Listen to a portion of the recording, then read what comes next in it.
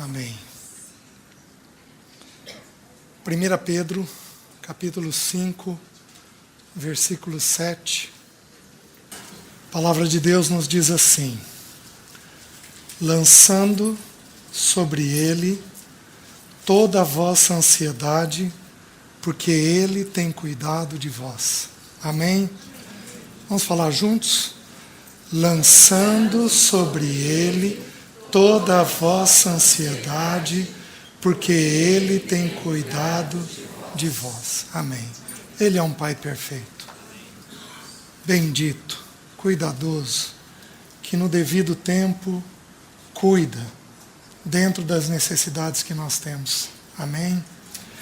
Vamos ter mais uma palavra de oração. Senhor, te encomendamos esse momento e pedimos a tua graça derramada mediante o teu Espírito. Pedimos que o Senhor tome os textos e liberte os nossos corações. A tua palavra ela é poderosa para isso.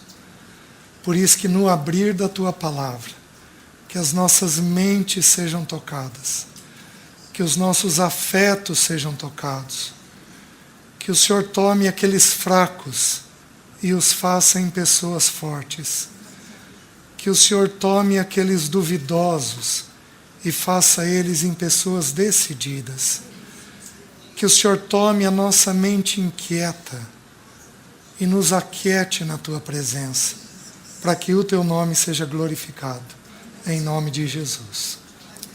Amém. Muito bem, vamos lá.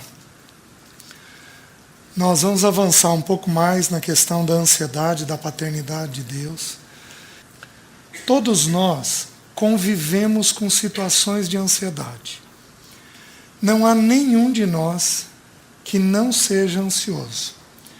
Como nós vimos no último mês, a ansiedade ela é um sentimento que, se não cuidado, nos conduz a N pecados. Há muitas formas de fugir, de aliviar, de encontrar um alívio que não é em Deus, de forma indevida. A ansiedade, ela toca todos nós. Em algumas situações, a ansiedade tem tocado algumas famílias, de forma muito peculiar. Pessoas, dentro de todos os sistemas familiares aqui, nós temos pessoas que têm crise de ansiedade, né? Por exemplo, uma pessoa que de repente, não dá conta de subir num avião, ou que de repente tem uma certeza que está morrendo. Ela simplesmente tem uma crise de pânico e ela diz: eu vou morrer, eu vou morrer, eu vou morrer. Há algum tempo atrás, um jovem de 19 anos me ligou de uma pizzaria. Ele tinha certeza que ele estava infartando. E aí, eu estou infartando, eu vou morrer, o que eu faço, por favor? Aí você vai conversando, vai acalmando. 10 minutos depois, a sensação de infarto passou. E quando é infarto não é assim, né? Não passa de você conversar. Então você sabe que é uma crise de pânico. Todos nós aqui temos pessoas que já, perto de nós, que já passaram por isso. Você pode ter uma pessoa que, por exemplo, eu tive, a primeira vez que eu me deparei com a minha ansiedade, naquela crise que eu contei para vocês, a primeira manifestação de crise, nós estávamos numa reunião da igreja, nós íamos, era uma celebração ou de Natal ou de Ano Novo. Eu não lembro o que a gente estava comemorando, eu sei que eu ia ter uma parte lá, eu ia fazer alguma coisa na reunião, mas quem diz que eu dei conta de ficar dentro da reunião? Eu fui sendo tomado por uma sensação desconfortável, e eu sei que eu tinha que sair daquele ambiente fechado. O que é isso? Isso não é claustrofobia. Isso é uma coisa chamada agorafobia. O nome já diz. É um medo do momento. E a pessoa simplesmente não dá conta de ficar naquele lugar. O que é isso? A ansiedade. O que é uma crise de pânico? A ansiedade. O que é aquelas pessoas rígidas que têm uma limpeza exagerada em casa? Seja homem, seja mulher, uma organização meticulosa, os papéis.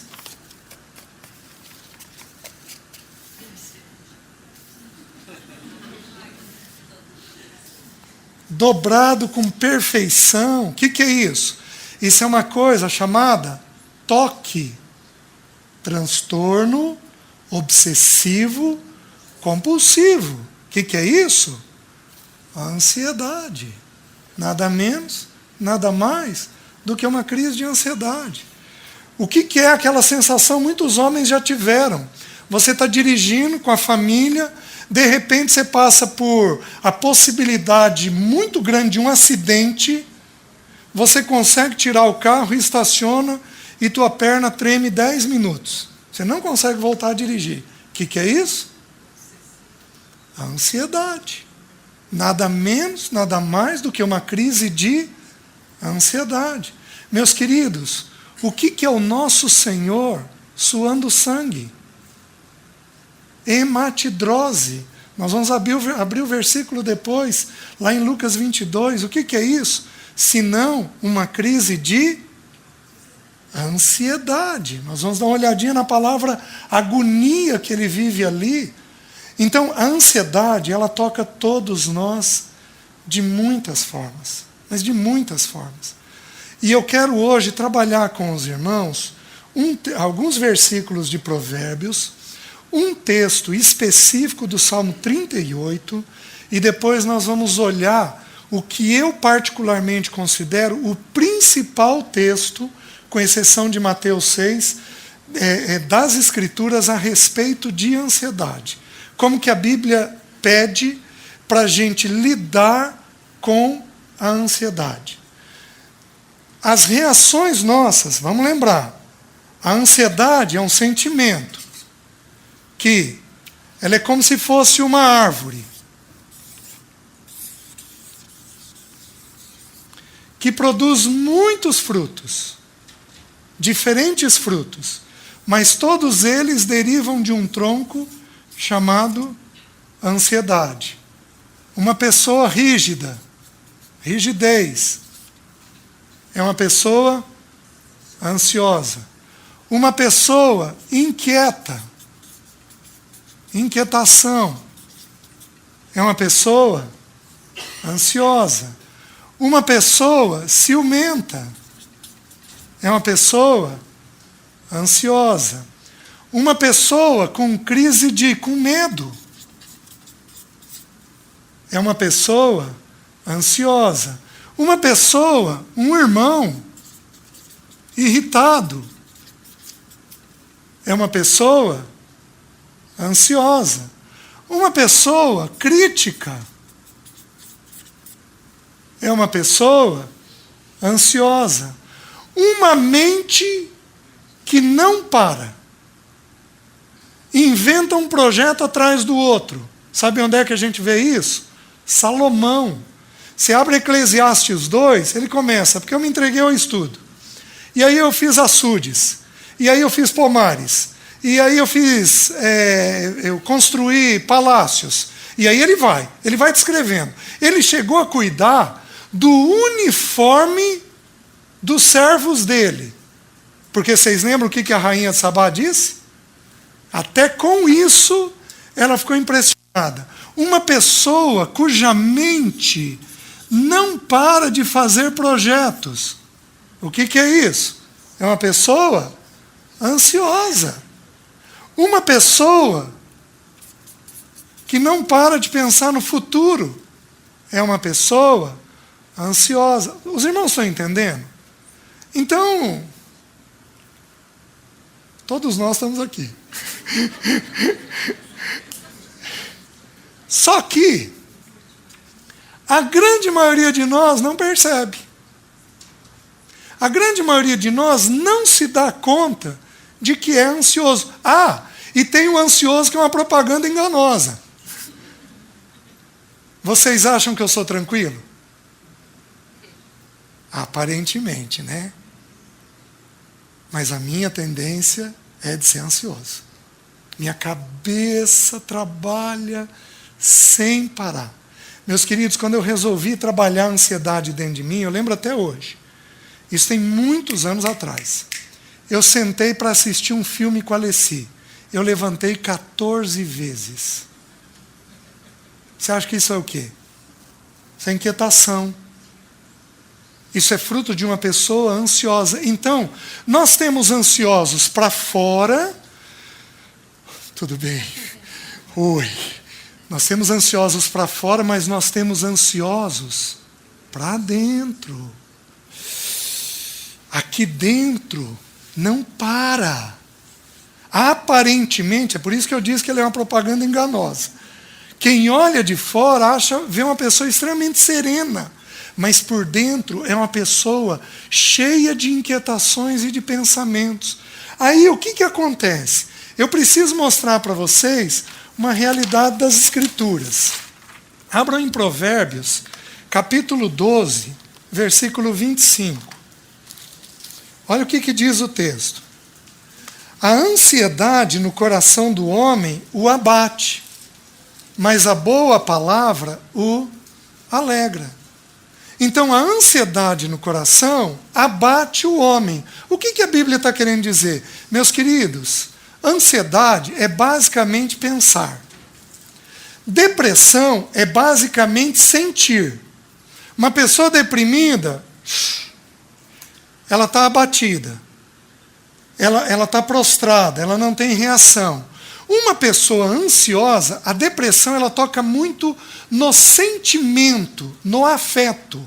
Mas a ansiedade ela toca muito na mente. Porque o que é ansiedade? Ansiedade é pensar fora dos propósitos de Deus. Toda vez que você pensar de um jeito que Deus não está pensando, naquele assunto, você se torna ansioso. Então, o que a Bíblia está dizendo? Que a ansiedade no coração do homem o abate. Pensar é extremamente esgotante. O que você prefere? 1 hora de enxada ou 1 hora de estudo? Eu já vivi os dois. Eu vou te dizer sem medo de errar. 1 hora de estudo é mais esgotante. Meus queridos, eu não faço nada o dia inteiro. Eu passo o meu dia sentado.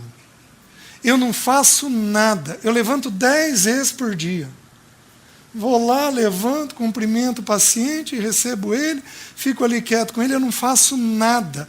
Mas eu chego em casa esgotado. Por quê? Porque eu trabalho basicamente com o pensamento, com a mente. Pensar é extremamente esgotante. Então, o que o ansioso não se dá conta? Ele não se dá conta de que à medida que ele vai pensando, ele vai pesando sobre ele.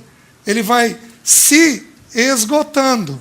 Então, à medida que ele pensa, pesa, e quanto mais pesado ficar a vida, mais necessidade de fugir ele tem. O único jeito de não fugir das coisas que a gente tem na vida é se a gente tiver visitado pela graça de Deus. A gente enfrentar, mediante a graça, o que a gente tem para enfrentar. Pessoas que se sobrecarregam demais precisam encontrar alívio. Por isso, você não pode permitir que Satanás sobrecarregue sua cabeça. Se Satanás sobrecarregar a sua cabeça, a sua tendência natural vai ser de abater. Abatido, você vai querer fugir. Você vai querer buscar alguma coisa para não ter que enfrentar aquela situação difícil. Os irmãos estão entendendo? Os homens são os especialistas em fuga. A gente foge muito. A gente tem dificuldade de enfrentar as verdades da gente. Hoje, eu tinha dito para os irmãos que eu ia partilhar sobre a pessoa do Senhor Jesus. Eu vou deixar isso para o mês que vem. Eu entendi que é melhor eu encerrar a questão da ansiedade para poder falar da pessoa do Senhor. A primeira coisa que nós vamos ver da pessoa do Senhor é que o Senhor, como Filho, nos leva à verdade. todo homem, toda mulher tem que saber lidar com a sua verdade.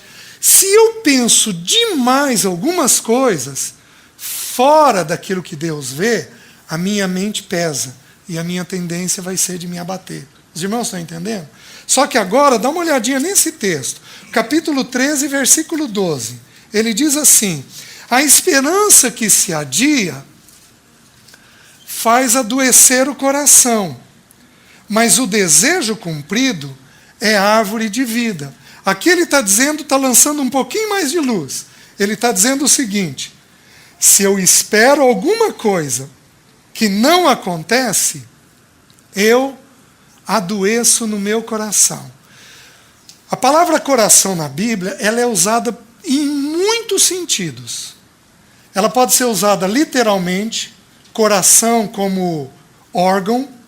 Ela pode ser usada para espírito, pode ser usado para alma, pode ser usado para pensamento, pode ser usado para afeto. A palavra é usada em muitos sentidos. Aqui nós vamos entender que é aquela fonte da minha vida. A esperança que não vem adoece a minha vida. Quando eu espero algo que não está ocorrendo, então eu vou adoecer. Aqui as irmãs se pegam. O erro mais clássico de uma irmã casada é esperar o que ela não vai ter.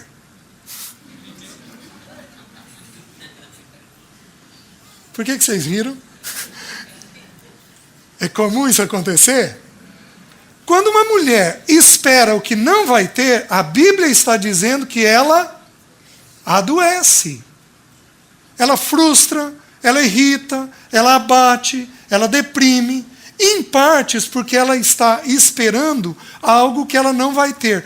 Guardem esse versículo, porque amanhã, quando nós estudarmos a crise de Elias, esse versículo vai voltar. Porque uma das coisas que produz crise de ansiedade, de acordo com as Escrituras, é expectativa.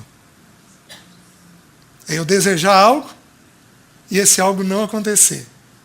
Então, o sujeito que entra no avião e tem uma crise de pânico no avião, o problema não é o avião.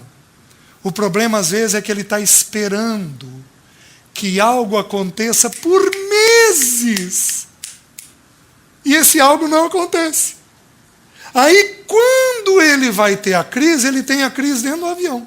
O avião não tem nada a ver com o problema dele. Mas o avião é a maneira pela qual a crise aparece. Nós vamos ver amanhã. Amanhã nós vamos estudar a crise de Elias. Eu vou pedir para os irmãos, se vocês puderem ler 1 Reis, capítulo 16 a 19, leiam aí umas 2, 3 vezes amanhã, de hoje para amanhã, porque nós vamos estudar essa porção das Escrituras para nós entendermos o que produz uma crise depressiva. 1 Reis 16 a 19. Certo? Dá uma olhadinha agora em Provérbios 15, 30. O olhar de amigo alegra o coração. As boas novas fortalecem os... Aqui ele está falando agora do corpo. Ele está dizendo as avessas. Ele está dizendo o seguinte, que uma notícia boa fortalece o meu corpo. É isso que ele está dizendo. Que quando eu recebo uma informação boa, nossa, aquilo me tira da cama, me põe para cima, eu tenho vontade de enfrentar as coisas e de resolver as coisas. Mas olha agora o que diz o 17, 22. O coração alegre é bom remédio, mas o espírito abatido faz secar os... Então eu vou criar uma regrinha. Isso não está nas Escrituras, é uma regrinha nossa. Isso está não em forma de regra.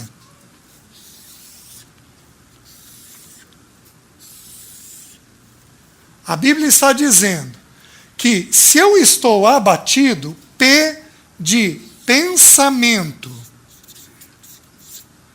E de emoção. Eu falei rapidinho para vocês no último mês, se não me engano. sede corpo. Se você abrir, não abra, mas se você for abrir em João 16, Jesus está falando com os discípulos sobre a morte dele. E aí, no versículo 5, se não me engano, o Senhor diz assim: por que vos tenho dito isto? Ele disse o quê? Que vai morrer. Qual é o assunto que Jesus jogou na mente deles? Morte. Por que vos tenho dito isto? A morte. A tristeza encheu o vosso coração. Então entendam uma coisa. Todas as emoções que nós temos derivam do pensamento. É o pensamento que produz o afeto. Vocês estão entendendo? Quais as emoções mais comuns que nós temos? Ansiedade. Que mais? Angústia. Lembra do Senhor Jesus em Marcos 14?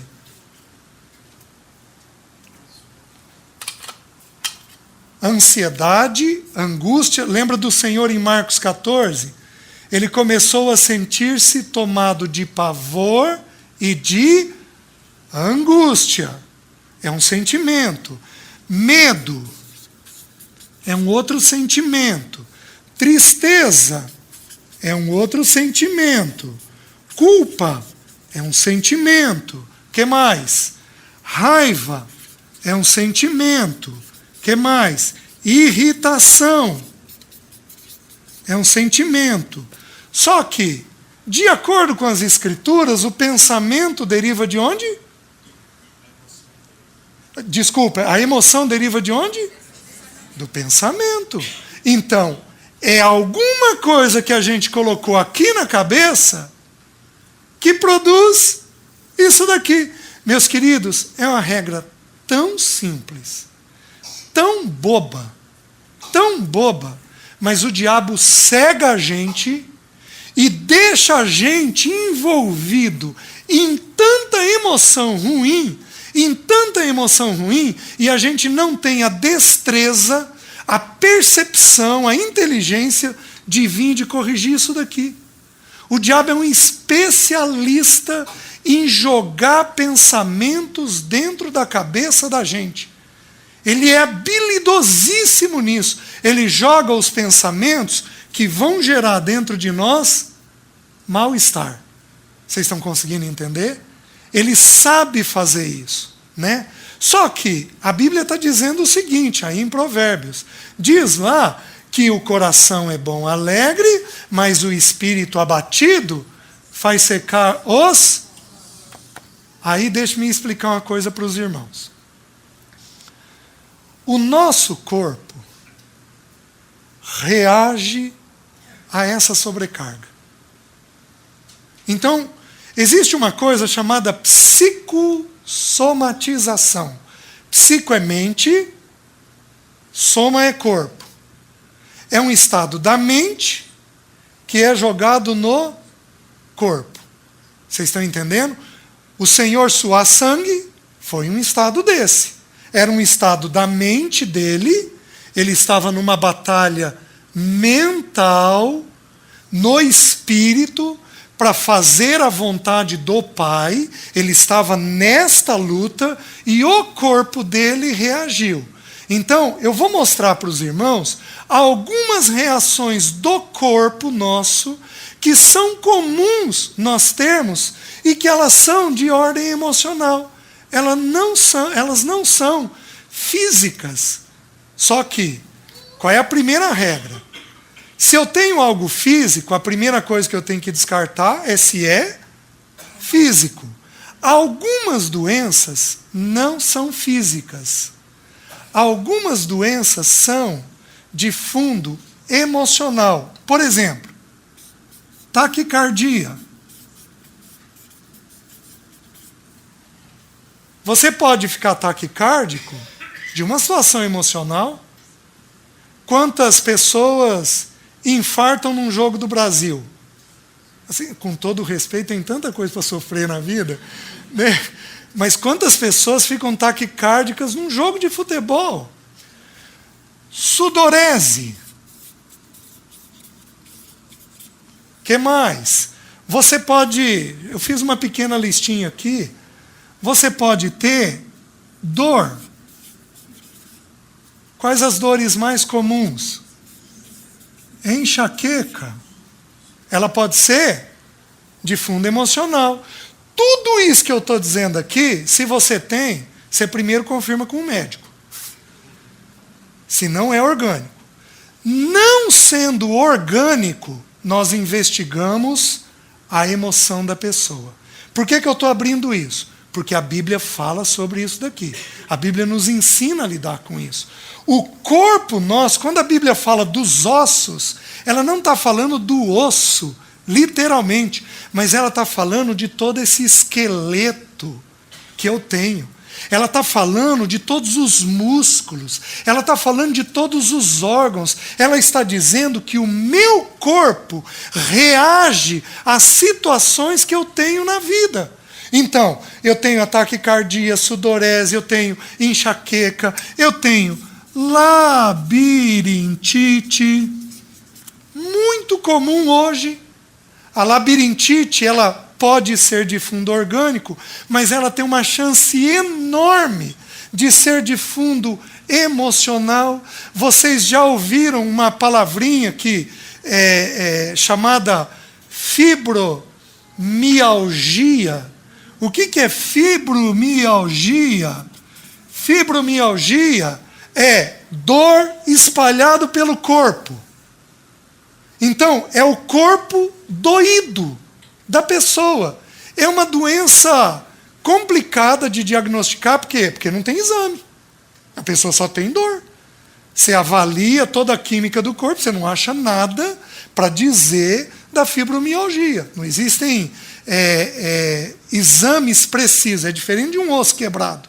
Na fibromialgia, a pessoa tem dores espalhadas pelo corpo. Eu vou explicar isso para vocês já, para explicar por que a gente joga aqui no corpo. Então, essas dores muscular, quem aqui já teve músculo do olho pulando? Quando a gente ri é porque está todo mundo entendendo. Quem já teve dor espalhada pelo corpo? Possivelmente todos nós aqui temos em graus variados. Meus queridos, a grande maioria de nós tem isso como efeito disso daqui. Então entendam. Olha como é que é a regra. Enchi a cabeça da Jéssica de pensamento. Mas enchi. Falei do futuro, falei das coisas dela, dos problemas, das lutas. Enchi a cabeça dela de pensamento. Daqui 2 semanas, o Thomas me liga que ela está abatida. Por quê? O pensamento gera a... Ou o Thomas me liga e diz assim, César, ela está inquieta e não dorme. Perdeu o sono. Então, olha lá. Se eu sobrecarrego a mente, depois eu vou sobrecarregar o afeto. Sobrecarreguei a mente e o afeto, eu sobrecarrego o... Onde é que a gente vai ver que a gente está ansioso? Quando o corpo começa a reclamar. Quando o corpo começa a dar sinais, eu não durmo, eu estou com dor, eu estou prostrado, eu estou sem vigor. Quando o corpo começa a reclamar, é que nós vamos perceber que nós estamos com algum problema. Só que, meus queridos, já foi. Já foi. Crise de ansiedade é igual vírus de gripe. Entrou, tem que esperar cumprir o ciclo. Você pode tomar canjinha, mas é aqueles 5 a 7 dias ali até recuperar. Por isso que o Senhor virou para Elias e falou assim, Elias, come, bebe e dorme. A primeira coisa que o Senhor providenciou, cuidado, não foi com o pensamento nem com a emoção, foi com o... Porque o pensamento já tinha ido, a emoção já tinha ido, O corpo estava afetado e Deus, quando começa a recuperar, recupera de trás para frente. Deus cuida primeiro do corpo. Recuperando o corpo, Deus vai pôr isso daqui em ordem. Os irmãos estão conseguindo entender o que está sendo dito? O grande problema nosso, dos irmãos, via de regra, é que nós só vamos atrás para cuidar quando nós sentimos problemas no corpo. Só que aí você já está no que nós vamos denominar de numa crise de ansiedade. O Senhor Jesus, ele teve uma crise violenta de ansiedade no Getsemane. Por quê?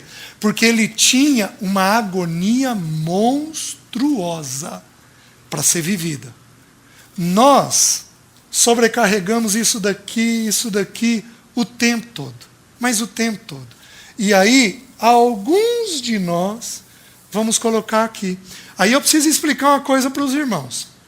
O que eu vou dizer agora, a Bíblia é o nosso manual. A Bíblia não se propõe a ser um manual de medicina, mas a Bíblia é um manual do ser humano. Tudo o que a Bíblia diz é exato. E a ciência, mais cedo ou mais tarde, vai encontrar essa verdade das Escrituras. Não é a Bíblia que vai encontrar a verdade da ciência. É a ciência que vai encontrar a verdade do que a Bíblia está dizendo. Então, aquilo que a Bíblia afirma a respeito do ser humano, ponto final. Acabou. É o que é. O que eu vou dizer para vocês agora, ele é um pouquinho mais científico. A Bíblia não vai descrever isso, mas descreve um pouquinho da situação. Todos nós temos duas glândulas em cima do rim, chamado suprarrenal. A suprarrenal, ela é responsável por liberar uma química chamada cortisol, ou adrenalina, que é a química da ansiedade. A adrenalina, ela é liberada no sistema gástrico. Então, qual é o primeiro lugar que ela afeta? Os mais antigos aqui lembram da famigerada úlcera nervosa? Por que a pessoa tinha úlcera?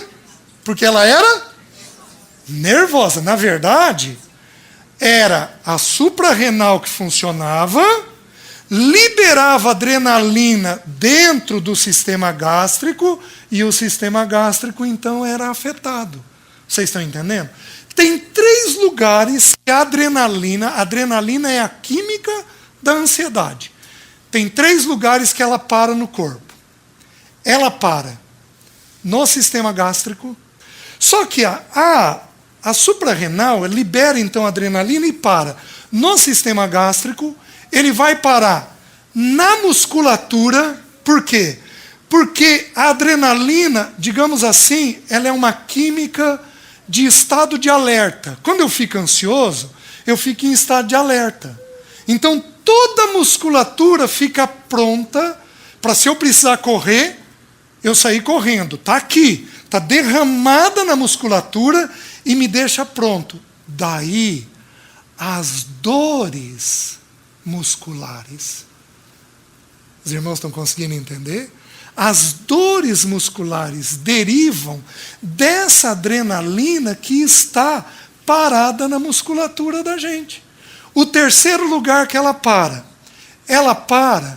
aqui. Porque a garganta tem muitos órgãos esponjosos que sugam. Daí as pessoas terem dor de garganta de forma recorrente, terem perda de voz, às vezes de forma recorrente. Tudo por quê? Porque pode ter aqui adrenalina acumulada. Os irmãos estão conseguindo entender?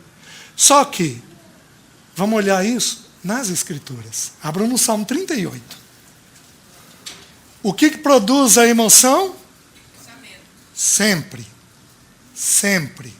É aqui que produz aqui. Os irmãos estão entendendo? Sempre. Então, quando você estiver sobrecarregado de um sentimento, você tem que verificar o que você andou pensando. O diabo é um especialista em jogar na nossa mente pensamentos que vão colocar nossas emoções ruins para fora. Os irmãos estão entendendo? Se a gente não vigiar, o diabo consegue gerar angústias dentro de nós com muita facilidade. Quais são os principais pensamentos que produzem isso daqui? 3 pensamentos. Futuro. Mateus 6. Não vos inquieteis com o dia de amanhã. A primeira coisa que produz esse quadro aqui e aqui é pensamento do futuro. Quem aqui pensa bastante no futuro? Levanta a mão alta. Tá, abaixem. Quem não levantou a mão, levanta a mão. Você não tem pensamento com o futuro. Você não sofre com o futuro. Certeza absoluta. É possível. Acho que tem muita gente. Futuro. Segundo pensamento que gera isso daqui. Pensamentos negativos. E aí você quer ver um pensamento negativo? Você viu o que a Jéssica fez? Eu não acredito que ela fez aquilo. Digamos que a Jéssica tenha feito. Você não fez. Mas digamos que tivesse feito. Eu estou vendo coisa ruim. Eu estou trazendo na minha mente sentimento ruim. Estou trazendo pensamentos ruins sobre a Jéssica. Isso vai pesar, que vai pesar depois na emoção. Por isso que Jesus falou assim, que por se multiplicar a iniquidade,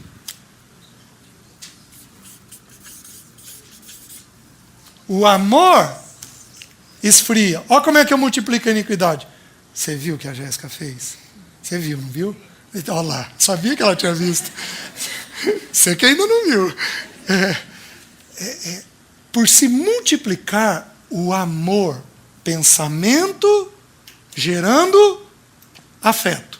O amor esfria. Os irmãos estão conseguindo entender?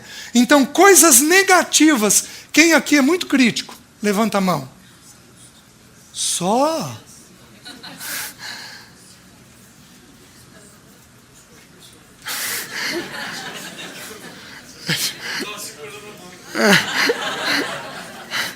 O Maurício não pôde levantar as 2 mãos porque ele estava segurando a máquina, viu? Gente muito crítica vai carregar na emoção. De alguma maneira. O terceiro pensamento, futuro, pensamentos negativos e um pensamento extremamente comum. Perdas. Pensou sobre perda? Queridos, quem pensa na perda não é grato. E se o Senhor permitir a gente chegar no texto, um dos antídotos para a ansiedade é a gratidão.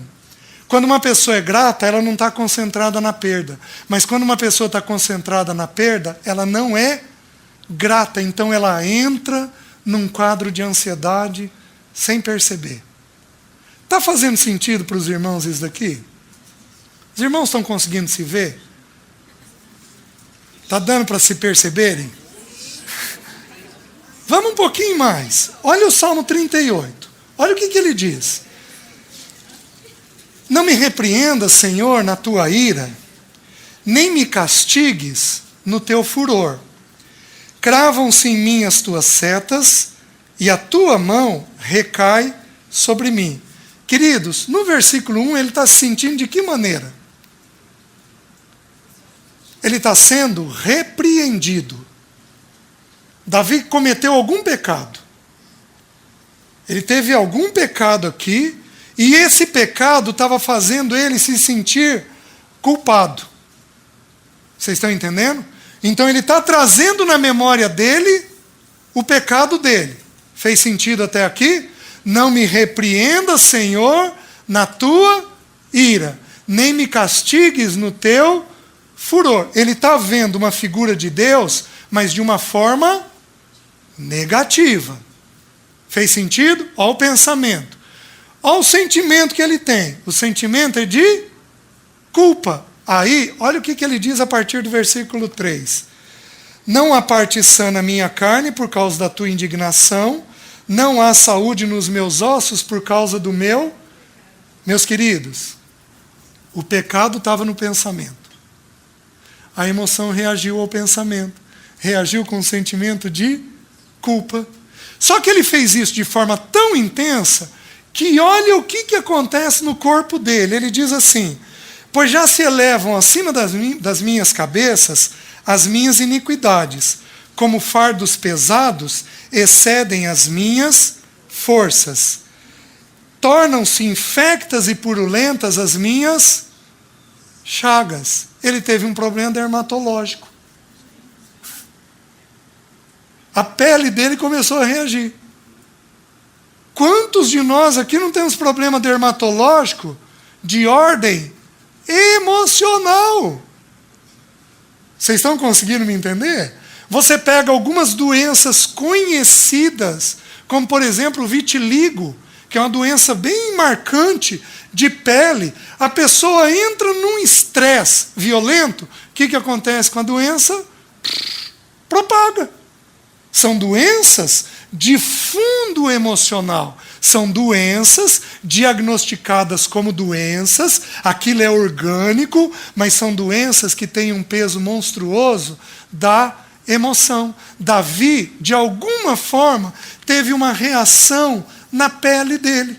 A pele dele começou a desenvolver feridas.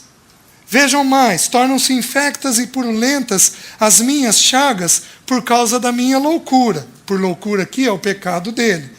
Sinto-me encurvado e sobremodo abatido. Ando de luto o dia todo. Davi tinha um problema de fundo emocional que era uma prostração. Ele teve perda de vigor. Ando-me encurvado e abatido o dia todo. O corpo dele estava dizendo que ele não estava bem. Ele não podia ver uma cadeira que ele ia sentar. Ele estava sem vigor. Por quê? Joga pecado na tua cabeça. Joga culpa na tua alma. Não trata a culpa diante de Deus. Romanos 5:1 diz assim: justificados, aceitos, pois, mediante a fé, temos paz. Mas a pessoa que se culpa, ela não se sente justificada. Não se sente aceita pelo Senhor. Então aquilo gera um peso monstruoso. Guardem a palavra culpa. Já são 2 palavras que eu estou pedindo para vocês guardarem para amanhã. Expectativa e culpa. Porque nós vamos ver as 2 coisas na vida de Elias. Então, uma pessoa cheia de pensamento ruim é uma pessoa abatida, prostrada. Vocês pegam os irmãos aqui que trabalham com aconselhamento, esses irmãos aconselham uma situação difícil 2 semanas inteiras. De que jeito que esses irmãos ficam? Esgotados. Meus queridos, por que Jesus morreu com 6 horas de cruz? Porque ele teve o pecado sobre ele. Vocês estão conseguindo entender? Se eu trouxer o pecado da Jéssica, porque é teu, né, Jéssica? Na minha mente, ou o meu com culpa, isso vai ter um efeito sobre o meu corpo. Os irmãos estão conseguindo entender? Nós não temos noção. Existe um irmão que tem um livro chamado Depressão Espiritual, o Martin Lloyd Jones. E ele trabalha um conceito muito simples. Ele diz que as pessoas que deprimem, elas não conseguiram trabalhar no afeto delas a justificação. Elas não se sentem plenamente aceitas. Por isso elas ficam abatidas. A depressão é uma carga monstruosa na emoção. Mas monstruosa. Que deriva do pensamento. Por isso, o que a gente enfrenta sempre? Não é a emoção. A gente enfrenta sempre o pensamento, porque é lá que a batalha nossa precisa se dar. Veja mais, ele diz assim: ardem-me os lombos, e não a parte sã na minha carne. O que é isso? Febre. Febre emocional em adulto. Eu vi isso muito poucas vezes. É muito comum ver isso em criança.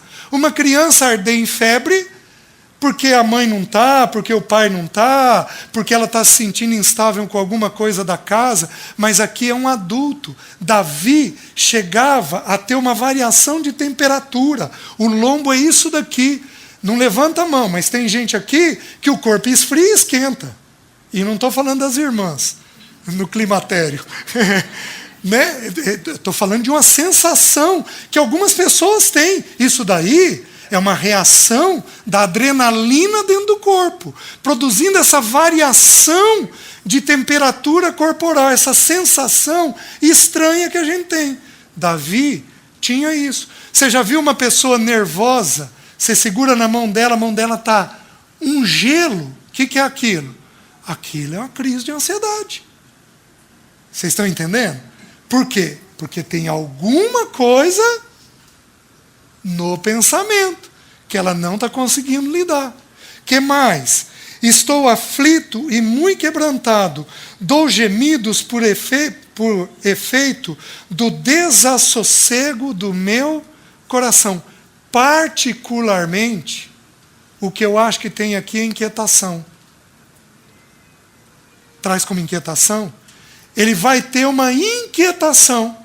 Apesar dele estar prostrado, e dele não aguentar uma cadeira e já ir lá e sentar, ao mesmo tempo que ele senta, ele precisa levantar. Você quer ver uma pessoa ansiosa? Não tem lugar bom na casa. Ele deita, não está bom. Ele vai para a cozinha, não está bom. Ele vai para a área, não está bom. Ele começa a assistir uma TV e não está bom. Ele não consegue ficar bem.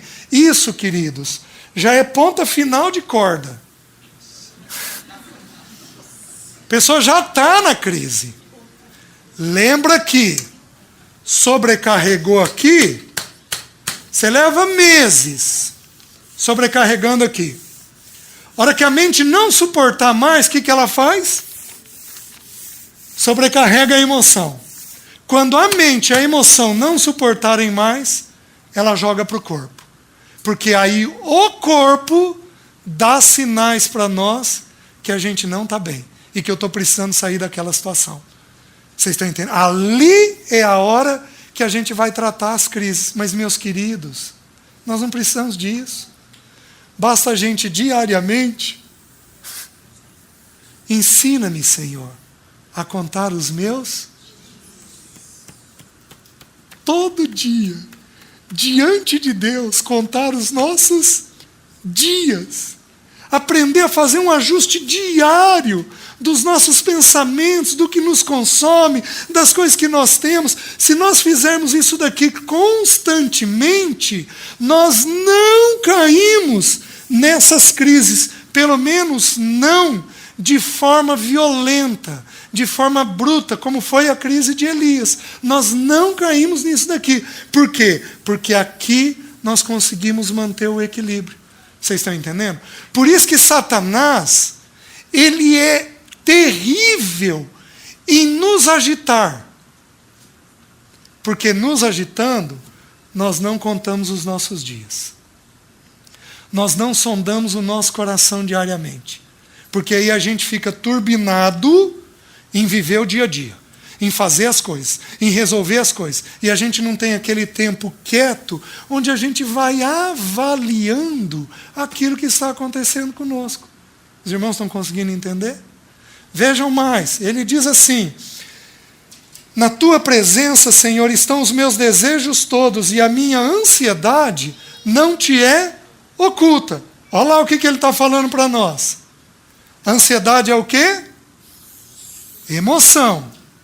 Mas ele falou antes da ansiedade, ele disse assim: na tua presença, Senhor, estão todos os meus desejos. Dá para ter um desejo sem ter o pensamento? Então ele pensava. Ele tinha expectativas de algumas coisas. Isso produzia dentro dele ansiedade. Aí diz assim: bate-me excitado o coração, taquicardia. Faltam-me as forças, prostração. A luz dos meus olhos, essa mesma já não está comigo. Uma visão turva. Começou a ter um problema nos olhos, que a gente não sabe exatamente como é. Hoje sabe-se que existem algumas doenças dos olhos que elas são agravadas por estresse, né? Manchas que vão aparecendo, manchas que aparecem e desaparecem, manchas definitivas que a gente tem, a gente investiga. Se aparecer uma mancha no teu olho, você tem que investigar. Mas, quando não há possibilidade orgânica, aquilo é de fundo emocional. E a emoção não é o nosso foco. Qual é o nosso foco? Vocês estão entendendo? É aqui que nós temos que aprender a lidar e resolver. Então, essa é a crise de Davi. Agora, deixa eu mostrar isso no Senhor Jesus. Abram em Lucas 22, versículo 42.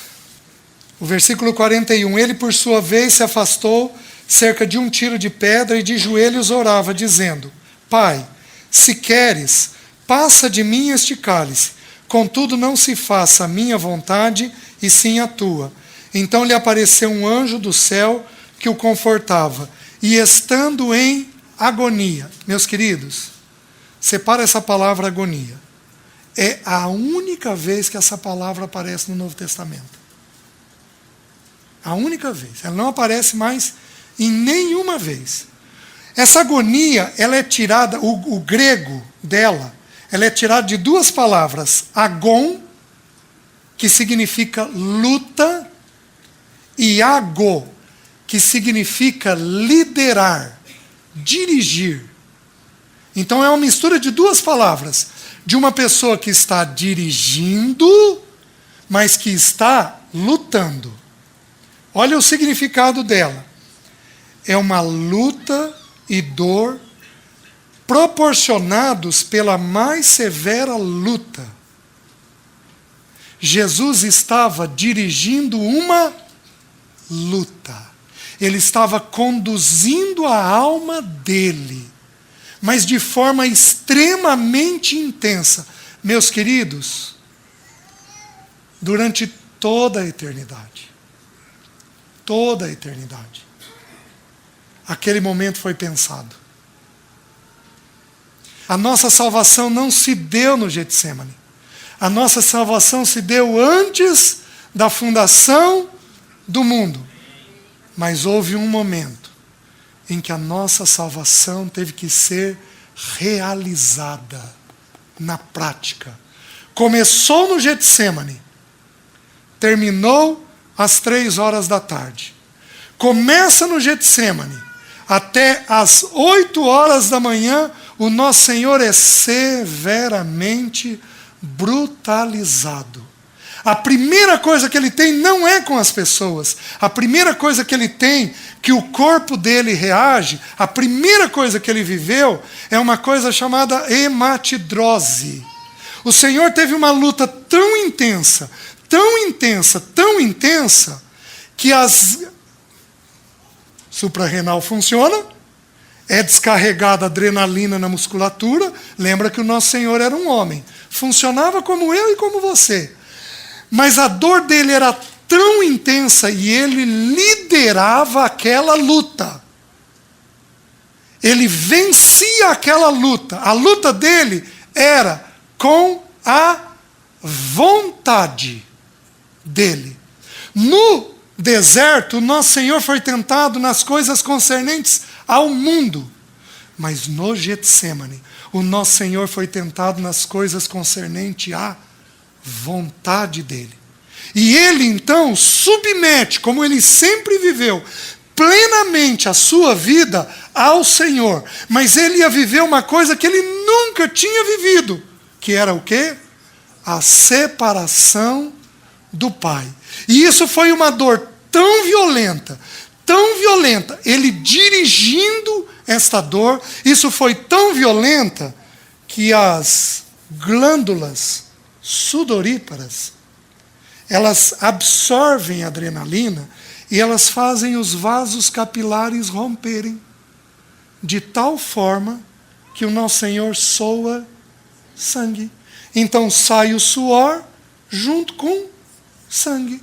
Essa foi a primeira grande reação que o corpo dele teve. Qual é o efeito que a hematidrose deixa? Deixa a pele extremamente sensível. Nós temos algumas irmãs branquinhas que, se apertar, marca, certo? Você imagina o Senhor tendo vivido isso na musculatura dele e a pele dele tendo se tornado extremamente sensível. Na madrugada vem um chicote com bolas de ferro e com ganchos de ossos que arrancam pedaços dessa carne sensível. E aí o nosso Senhor vai viver uma outra coisa na cruz. Ele vive o que é chamado de uma crise hipovolêmica. À medida que os guardas batem, queridos, aquilo ali, a hematidrose foi vivida pela emoção. Agora o que ele vai viver é pelo açoitamento. Do dorso à nádega. O guarda bate e o chicote tem as bolas que geram hematomas e os ganchos arrancam pedaços da pele. De tal forma que o nosso Senhor, em alguns casos, nós não sabemos se houve com o nosso Senhor, a medula fica exposta, as veias aparecem. E o coração, como não tem sangue suficiente, porque há muita hemorragia com esses pedaços de carne, o coração, ele acelera, porque ele tem que bater mais para bombear o sangue. Ele entra no que é chamado de uma crise hipovolêmica. Por isso ele cai. Quando ele pega a cruz. E Simão Cireneu é chamado para ajudá-lo. O nosso Senhor teve reações físicas. Não apenas do açoitamento, mas ele foi tão humano. Ele é tão misericordioso. Ele sabe entender tão bem a gente, mas tão bem a gente, que ele teve a hematidrose, fruto desse efeito da agonia que ele tinha de lutar contra a vontade dele. Meus queridos, ele foi semelhante a nós. Por isso, nós temos um trono de graça. Louvado seja o nome dele. Nós temos um trono de graça, onde nós podemos chegar e nós podemos ser compreendidos. Por isso, aqueles que têm uma pressão alta de fundo emocional, ou uma pressão baixa de fundo emocional, podem ser acolhidos pelo nosso Senhor. Ele teve lutas internas que ele também sofreu, que ele também teve que aprender a lidar. Os irmãos estão compreendendo? Então, o grande segredo nosso é como é que nós vamos trabalhar isso daqui. Porque é aqui que você vai ter a crise de ansiedade. É aqui que a tua filiação se dá. É aqui. Paulo diz aos Colossenses que é para a gente andar conforme a gente ouviu, pela fé, por entendimento, por compreensão, e não apenas por emoção. A emoção é uma dádiva, ela precisa existir, senão nós nos tornamos secos, sem graça. O nosso Senhor chorou, o nosso Senhor viu a multidão e teve compaixão, o nosso Senhor teve uma emoção extremamente equilibrada. Emoção não é ruim, a emoção não pode governar, apenas isso. Por isso, Deus impediu as irmãs do governo. Porque as irmãs refletem isso daqui com mais intensidade. Graças a Deus por vocês. Quantas coisas boas a gente faz porque a emoção de vocês sinaliza. Graças a Deus por isso. Mas nós temos que ser governados pelo entendimento. Aí, abram em 2 Coríntios. Queridos, eu não consegui abrir o texto. E não vai dar para abrir. Nós vamos vê-lo amanhã à noite. Abram em 2 Coríntios, capítulo 10. Olha o que o apóstolo Paulo diz. Lembra que Coríntios era a igreja da imaturidade. O povo em Coríntios era ansioso. Quando vocês se reunirem para comer, esperem uns pelos outros. A ansiedade. Você já viu uma pessoa servindo rápido e comendo rápido? Isso é a ansiedade. Era uma igreja que, por infantilidade, demonstrava muita ansiedade. Olha o que Paulo diz para eles, 2 Coríntios 10, 3. Porque, embora andando na carne, não lutamos segundo a carne. Porque as armas da nossa milícia não são carnais, e sim poderosas em Deus para destruir fortalezas, anulando nós sofismas e toda altivez que se levante contra o conhecimento de Deus. Meus queridos, Paulo está falando dos pensamentos. Ele está dizendo que as armas da nossa milícia não são carnais, mas elas são poderosas em Deus para nós subjugarmos todo pensamento que não é segundo Deus. Todos nós aqui, dos menores aos maiores, todos nós aqui temos pensamentos que não são segundo Deus, que não estão de acordo com a vontade de Deus. E eu não estou dizendo só de pensamentos pecaminosos. Eu estou dizendo, às vezes, de conceitos de vida, santos, corretos. Qual é o limite entre a organização e o perfeccionismo? Ele é muito estreito. Para eu sair da organização e entrar na rigidez, a Bíblia diz que a pessoa rígida se autodestrói. Não é apenas uma questão de pecados, é uma questão de como eu encaro o dia a dia, em tarefas cotidianas. Eu vou sendo escravo de alguns pensamentos que Satanás coloca dentro de nós. Os irmãos estão entendendo? Nós temos armas espirituais. Quais são? A palavra é a primeira arma. A segunda, a oração, é uma arma.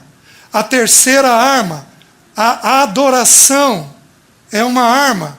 A quarta arma, o jejum, é uma arma.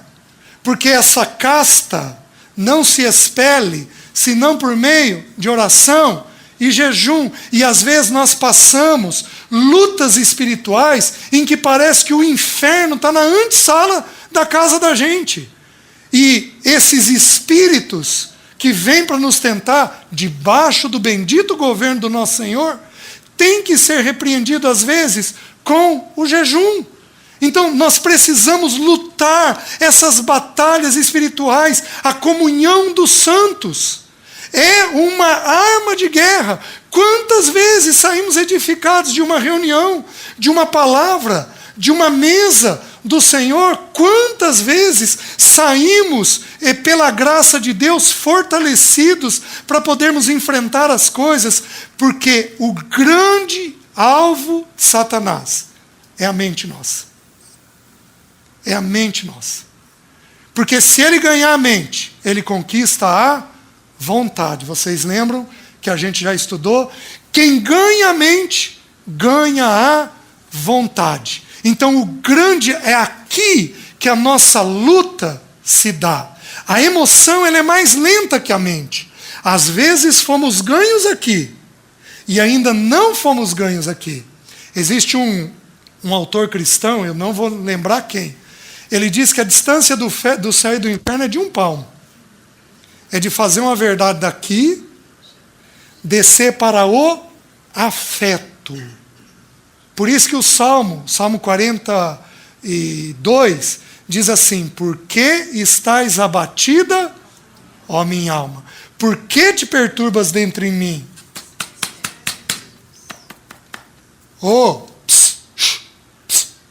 Fica quieta.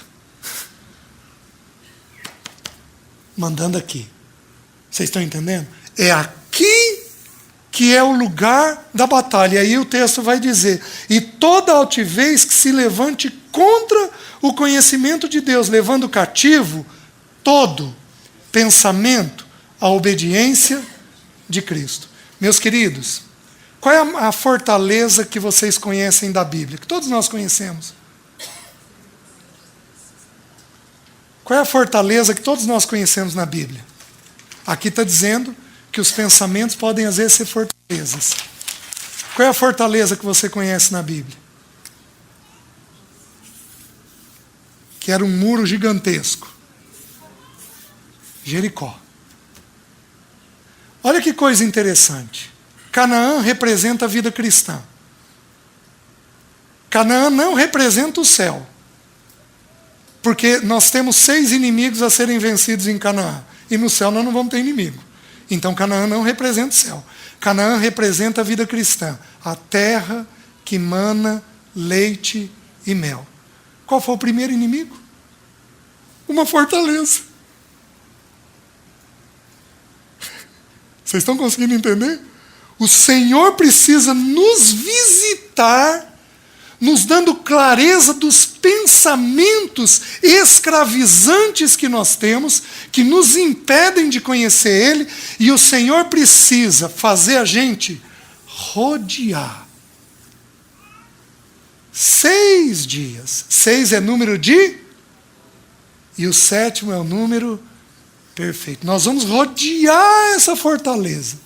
Muitos dias. Muitos dias. Um pensamento, uma fortaleza ruim, um pensamento negativo, não entra de um dia para outro e não sai de um dia para o outro. Isso daqui tem que ser rodeado, e rodeado, e rodeado, com louvor, com adoração, sem dar um grito, sem dar um brado, apenas rodear com as trombetas tocando, as trombetas celebrando, até que no dia do Senhor, aquele inimigo vai ruir. Vocês estão conseguindo entender? Se o Senhor não conquistar a nossa mente, nós somos impedidos de avançar nele. Por isso, esse é o grande alvo. Amém? Certo. Amanhã nós continuamos. Vamos orar? Vamos curvar nossas cabeças? Senhor, nós louvamos o teu nome pela tua palavra. Tu és santo e tu és bom. Senhor, liberta o teu povo. Senhor, liberta o teu povo. Somos teu povo, ovelhas do teu pastoreio, e nós clamamos: liberta-nos. Senhor, que o teu Espírito tenha acesso a sondar quais são os pensamentos escravizantes na nossa mente. Que o teu Espírito nos ajude nisso, para que o teu nome seja glorificado nas nossas vidas. Visita-nos, ó Pai, libertando o teu povo, para que nós pertençamos totalmente a ti, ao teu serviço, para que o teu nome seja glorificado. Em nome de Jesus.